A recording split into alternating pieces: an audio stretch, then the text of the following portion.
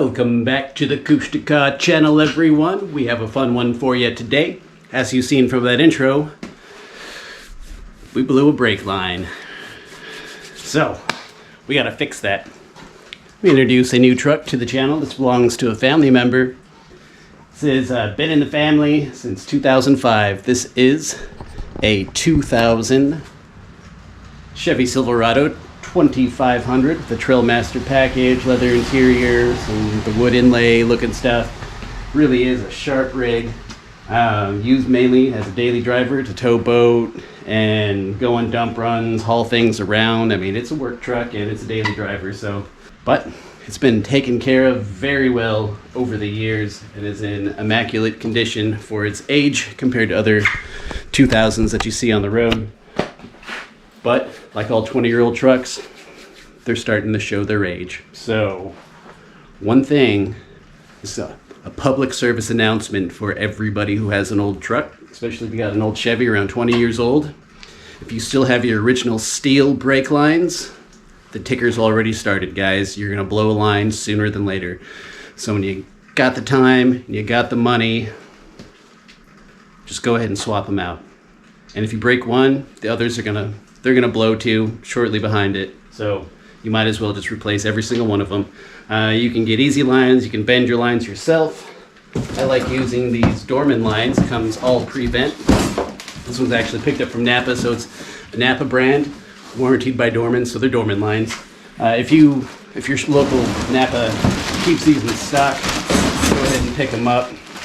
If you gotta order them from Napa, go ahead and go to Amazon or somewhere else because they'll stiff you in shipping otherwise. I picked up a Dorman set for my dually a couple of years ago on Amazon for like 112 bucks.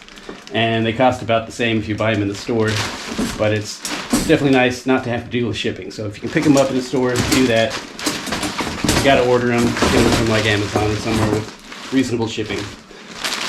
What I like about these lines is they are all completely pre-bent and they are all stainless steel. Now we're pretty much gonna do this whole job with a jug of brake fluid and a 14mm wrench. So, the weather's not really on our side. Never is. So we're gonna do this anyways. At least it stopped blowing. And we're got a little break between cold snaps, so it's in low 40s right now, light drizzle to heavy rain to windy and blowy. So that's about perfect for us because next week we're gonna get 17-degree weather and it's gonna be nice and cold. So we don't want to be doing this then. All right, we're gonna go ahead and get into this. All right, just wanted to get you under the truck here to show you what we're up against. So we need to pull those two lines. These lines right here are all rusted, corroded, crap falling off them. Those are the blown lines. Those are those lines right there. So you can see how rusted they are. I don't know how much of this I could film for you for removal purposes because there's really no room to show you what's going on. But I gotta pop these out.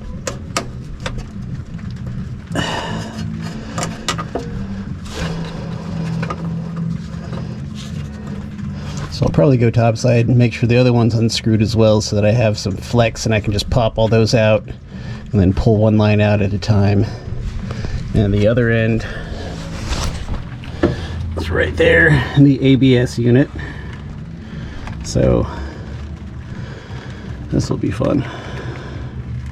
So that goes all the way back and is about to rust out as well. So this is what I'm talking about, guys. That's why you really need to keep an eye on these lines and replace them. They will go. They will absolutely go on you.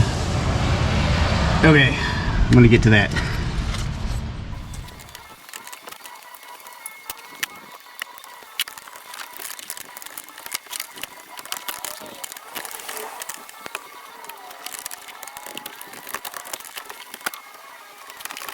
Gain access to this line that goes from your front passenger side on over. We got to remove our skid plate. It's going to be a 15mm.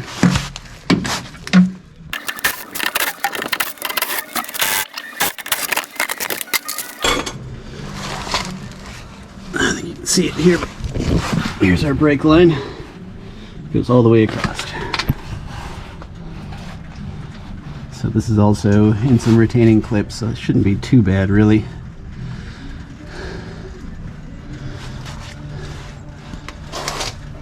And then it hooks into our caliper over here.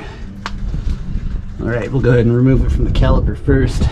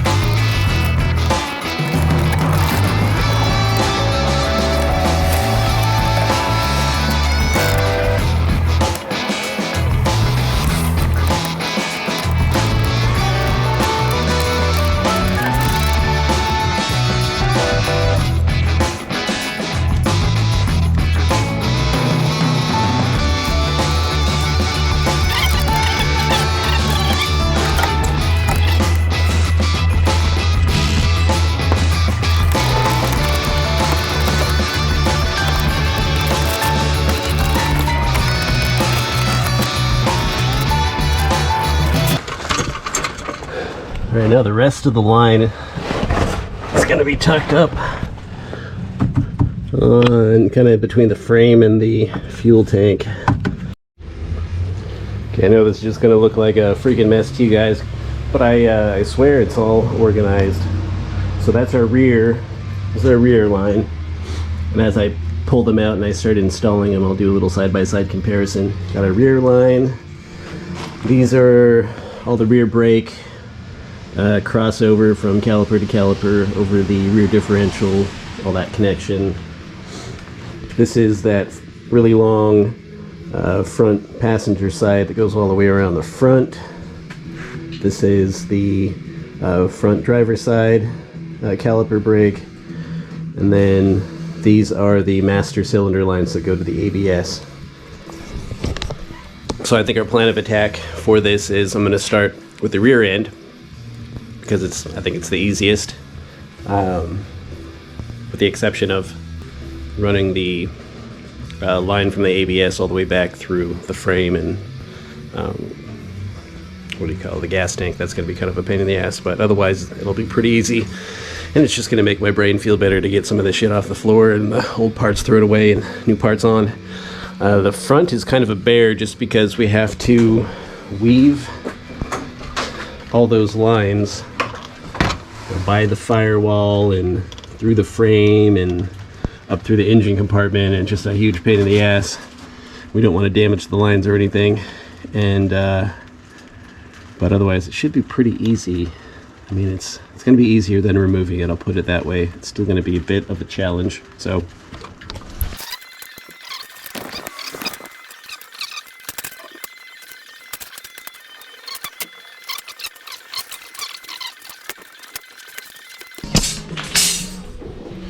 I mean, there's obviously pieces missing and everything, and they're all bent up, but see how this will wrap around and plug right into the ABS right there. Just whoosh. That's all broken up. We got our same bend right here, and this will go follow the tank, pop out behind the tank, and then plug in to that little rear intersection thing that we were looking at a few moments ago. Okay, now we're going to try to feed this beast.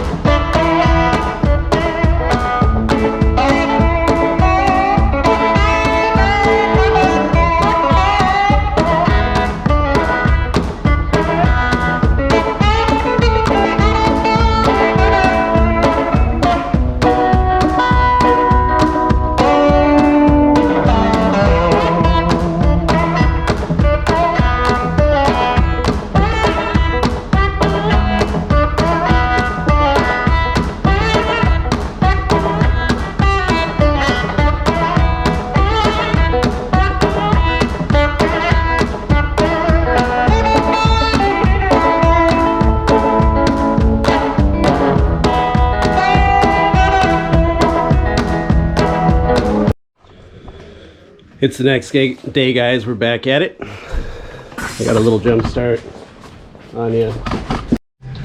Okay, we got one line fed through, and it looks like it'll link up. Not 100% perfect, but it's in there. So we gotta cinch everything down, but I think I'm gonna wait until I get the other two master cylinder lines in there, and then I'll start clipping everything in. But yeah, just had to feed it up and through, get it over the gearbox, and then it just kind of keeps feeding down in there. Pretty tight fit, but it's doable. Alright guys, we are getting through this. You got the front passenger side installed. Now we're going to install the front driver side. I think the easiest way to do this is just going to be to feed it down through the engine bay.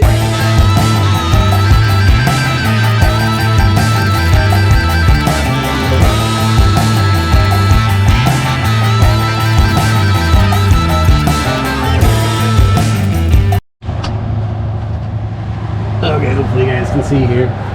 So my strategy for plugging these lines into the ABS so that shit's not getting in my way. So, you know, I start from the top right and I start working my way over. So we got the rear brake, front passenger, then we'll do front driver, and then we'll do, I can't remember if that's the front or back master cylinder, but we'll go from the top right to left and then bottom right to left, and that way none of the lines are in our way when we're trying to cinch them down. But that's what we are working with. It looks like this routing is a little bit different. Either I did it wrong or it's just bent differently than factory, but I kind of like it because the lines aren't exposed to outside as much. It's a little cleaner under here.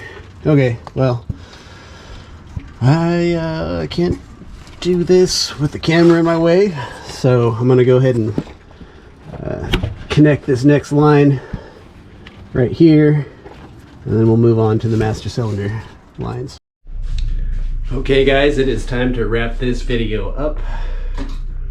We have successfully pulled all of these brake lines off of this old 2000 Chevy Silverado 2500 with the LQ4 6.0 liter engine in it.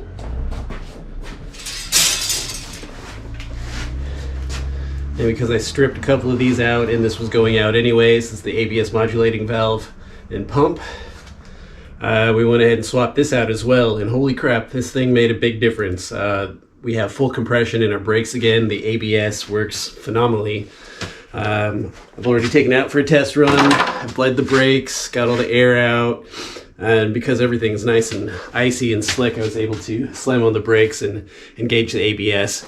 And if you don't have a Tech 2 to do an auto ABS pump valve bleed thing, then, you know, go out on an old dirt road or an old icy road, hit that brake pedal and it'll engage your ABS, and that will pump out any air that's in there.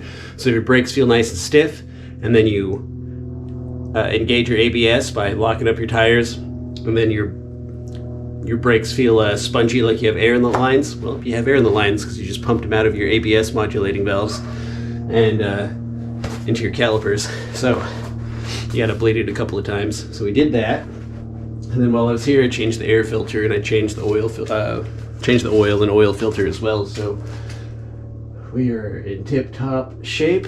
Just show you around a little bit here. I will say, guys, there are things you could do to make this job easier on yourself, like paying somebody else to do it. Doing this with a friend would be another way to do it, to make it easier. If you have capabilities to shop capabilities to lift the body up, that helps as well. I didn't touch any of the body mounts or anything. Or if you have a 3-inch body lift, that would help, because you're running these lines underneath or between the body and the frame, and there's just no room to get in there, guys. We'll say my overall impression of these Dorman lines is they're kind of a pain in the ass to put in. They are a really, really stiff line. They don't want to bend very easily, which is why I had some stripping issues. So I really put the boots to it and bent it in place to make sure I got a nice straight on.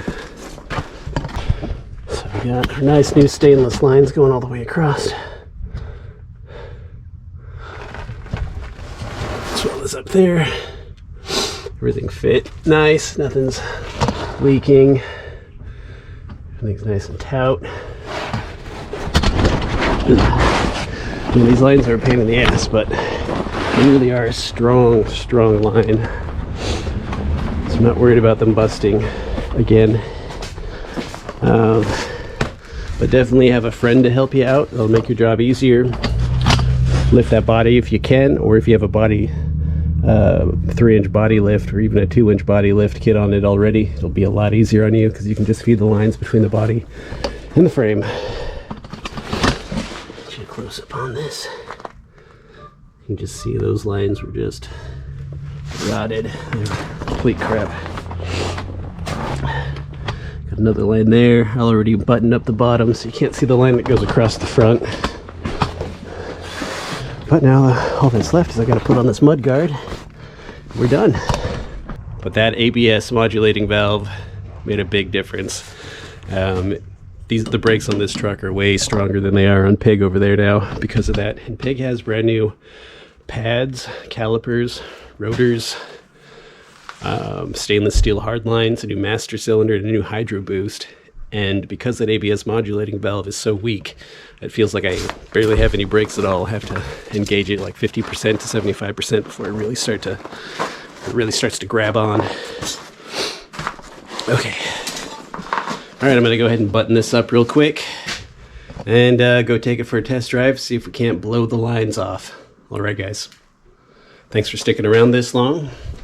Hope it helped you out in some way. Hope you found it educational, entertaining.